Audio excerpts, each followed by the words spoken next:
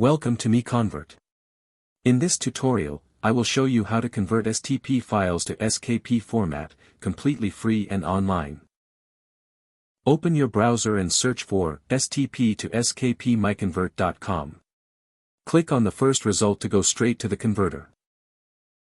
You are now on the STP to SKP converter page. The interface is clean and easy to use. Let's upload a file. Click the Choose File button. A file picker will open.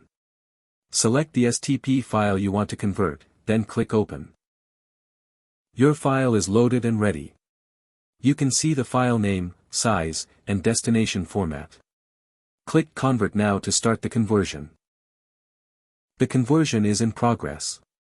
You can see the progress bar moving. This usually takes just a few seconds. Done. Your file has been successfully converted. Click Download to save the SKP file to your computer. That's it. Visit MiConvert.com for more free conversion tools.